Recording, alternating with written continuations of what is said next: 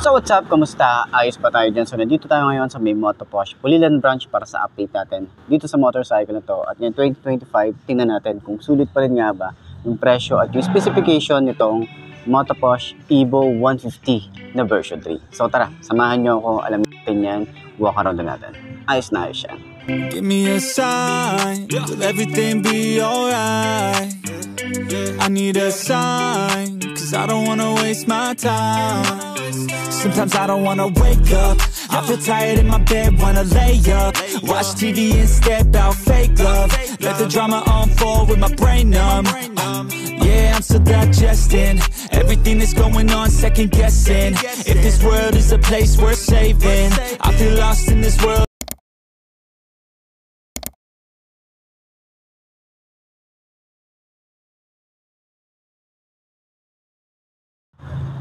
So yun ako mga best, no? Sa lahat ng mga nagtatanong magkano nga ba ang ganitong motorcycle ngayon 2025, ito ay nagkakahalaga ng 59,900 kapag kinuha nyo ng cash, or ipapakita ko na lang din yan sa screen nyo kung magkano nga ba ang kanilang installment, para at least sa mga gustong kumuha ng installment or hulugan, at least meron kayong reference dyan. So sa tingin nyo, sulit nga ba ang presyo niya ngayon 2025? Comment nyo naman yan sa baba. At para naman dun sa mga nakagamit na ng ganitong motorcycle, baka pwede nyo i-share dyan ano nga ba yung mga naging experience nyo sa motorcycle na to, para at least dun sa mga gustong bumili ng ganitong motorcycle, meron silang idea sa mga motorcycle na talagang legit owner nitong motor na to.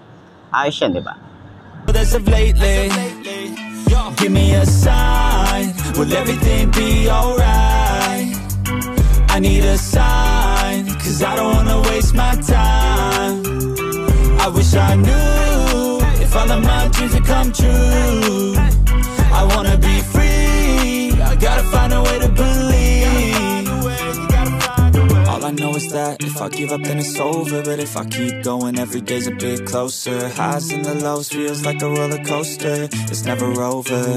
I gotta find a way to get inspired in this life. Stop looking out and start looking inside. Find what I love and take a little.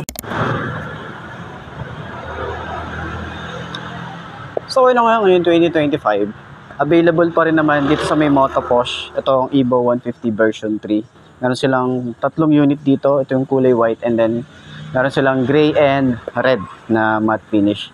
So ayan, tingnan natin kung abot ba ng 5 to nakagaya ko, para at least dun sa mga gustong bumili, nakagaya ko yung height, meron kayong reference, diba? So side stand muna natin. Okay, magaan yung motor, magaan siya. Ganyan ang itsura niya kapag naka-side stand. Maganda naman yung pagkaka-side stand niya. Hindi siya mukhang alanganin sa mga parking area kapag iniwan natin. So, ayan. 5'2" yung ating height. Sobrang tingkayad pero manageable naman. And then, hindi naman tayo masyadong hirap dito. So, yung shock niya sa harap. Okay, maganda yung shock niya sa likod. Yan, ito sa likod. Ayan, maganda rin. Diba? So kagandahan din dito, yung kanyang upuan, pang long ride, okay na okay siya kasi sobrang lambot din ang upuan nito.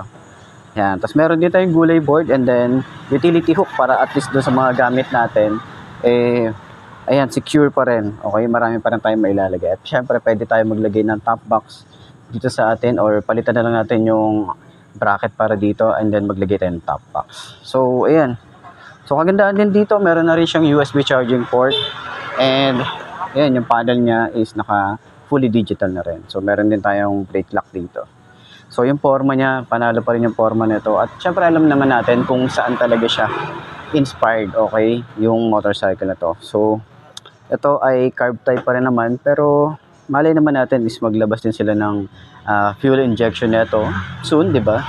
So ayan, diba? So sa OBR, maluwag din yung ating OBR dito. So kahit anong size ng OBR, and mapa-long ride and short ride to, pwede ang isang to. Okay? Kahit sabihin natin na carb type siya, 150cc, okay na siya. Okay?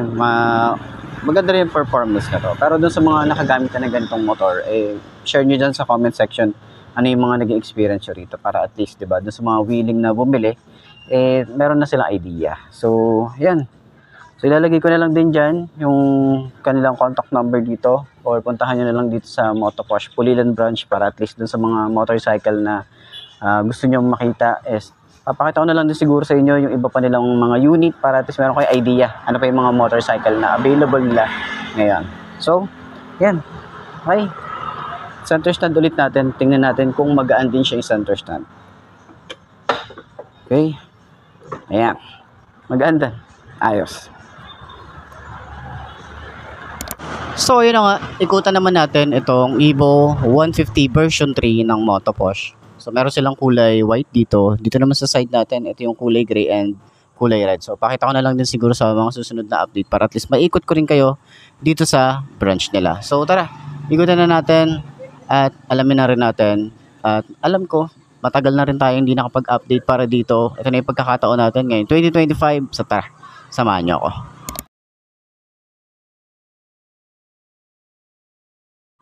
So, ayun na nga, dito sa front, kagandahan dito ay naka-combi brake ng isang to and then meron tayong brake lock dito.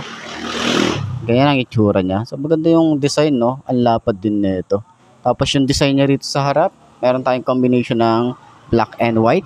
Dito rin sa side na to, black and white din. At syempre, alam naman natin kung saan to inspire. Ayan. So, marami na rin naman naglabasa na ganito yung design, pero iba-iba din sila eh. Pero ito talagang masasabi mo na hawig. Yung kanyang daytime running light dito, signal light niya, meron din tayong LED dyan.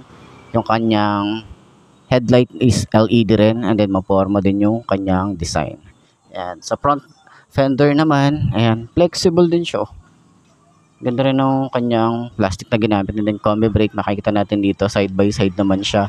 And meron tayo rito ang telescopic fork, naka single disc brake, single pot caliper, and naka mugs din tayo rito. So, tube type pa rin naman ng isang to, pero pwede nyo na siyang ipa-tubeless, kahit itong stock tires niya, pwede na yan. Palitan nyo lang yung pito, no? Then, pwede na yan. So, Kerrystone yung kanyang brand, and yung size dito ay 90 by 80 by 14. Ayan. So, dito sa side, kita natin yung combination din. Meron din siyang matte finish dito. And then, glossy. Meron tayo rito ang Motoposh na emblem. Hindi naman siya ganun ka-premium tingnan, pero okay na din to. Pero madali itong matanggal eh. Okay? Yung mga ganyan, madali lang din siyang tanggalin. So, kagandahan, meron din tayo rito side stand kill switch. So, meron siyang features na ganun. And then, maluwag din yung ating gulay board at hindi siya madulas. Meron din tayo doon na lagayan ng kanyang battery. Ayan. So, dito sa side, is matte finish din. Then, meron din tayong open dito para at least doon sa air intake ng ating makina. Para at least nahanginan pa rin siya. So, ganyan din naman yung design niya rito. May matte finish din dito. And then, yung Evo 150, meron tayong emblem. Ayan, ito medyo premium yung datingan eh. Ayan oh. Diba? So, yan yung design niya rito. And yung ating foot pegs, combination din ng rubber and metal. Hindi rin siya masyadong mataba, no? Medyo maliit lang yung design niya. And yung panggilid natin, meron tayong kickstart. Ayan. So, yung iba tinatanggal siya. Madali lang naman din siyang tanggalin. Tapos, lagay nyo sa compartment nyo. Yung iba ganun nakikita ko. So, para in case na kailangan nyo, nandyan lang. May iba kasi parang ayaw na talaga ng kickstart. Kaya tinatanggal ng iba. So, malaki yung niya, filter niya, yung ating panggilid or yung CVT natin dito. Meron siyang naka-emboss or naka-engrave na Motoposh dito. So, naka-monoshock din tayo rito at hindi siya adjustable. Meron din tayo rito tire hugger. Meron din tayo rito sa ilalim na goma. No, para sa tulsik ng mga putik natin. So, dito sa likod is naka-drum brake din. Ang size naman dito ay 180 by 14. So, tube type din. And then, naka-mugs din tayo rito. So, sa kanyang grab bar, ito naman metal to. Ayan. So, sumasabay yung kanyang color combination or color na dito sa ating fairings. Ayan. So, dito naman, meron din tayo ritong LED na taillight. Okay, so dito tayo sa side. Ayan, ito yung ating taillight. Ayan, maganda rin yung taillight niya and then yung signal light niya. LED rin, halos lahat naman ng ilaw na ito, naka-LED. And para naman sa kanyang reflector and then yung lagayan ng plate. Ayan. So, maporma pa rin talaga yung datingan ng ating tambucho. And then meron din tayong cover dito na plastic. And then naka-air cooled ang isang to. Pero maganda yung kanyang cover. Kala mo naka-radiator. Pero ayan, yun yung itsura niya. Sa upuan, sobrang lambot din.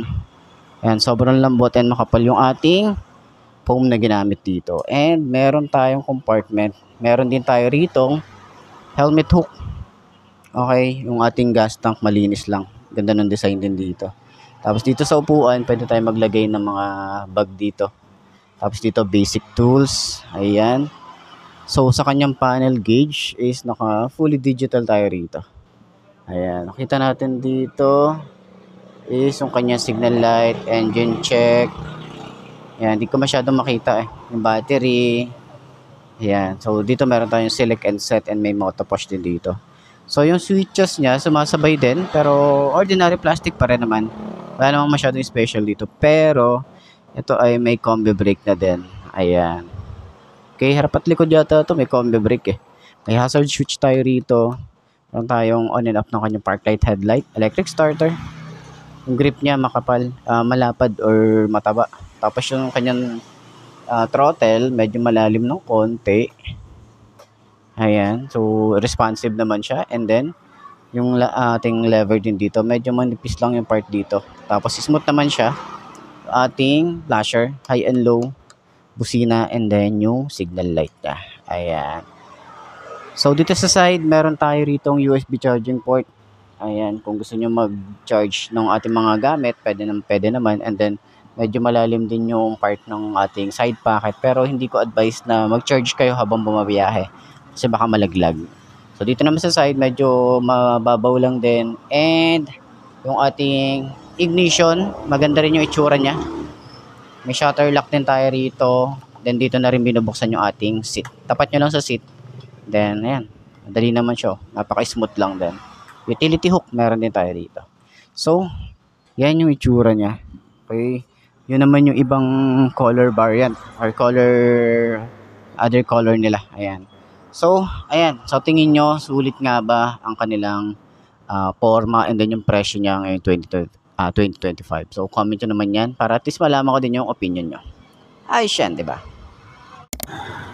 So, yun na nga mga boss, no? Ito na ba ang motor na babagi sa'yo? Kung ito na nga ay markahan mo na yan at mag-subscribe ka na sa aking YouTube channel, i-click mo na rin yung notification bell para updated ka sa lahat ng videos na upload natin.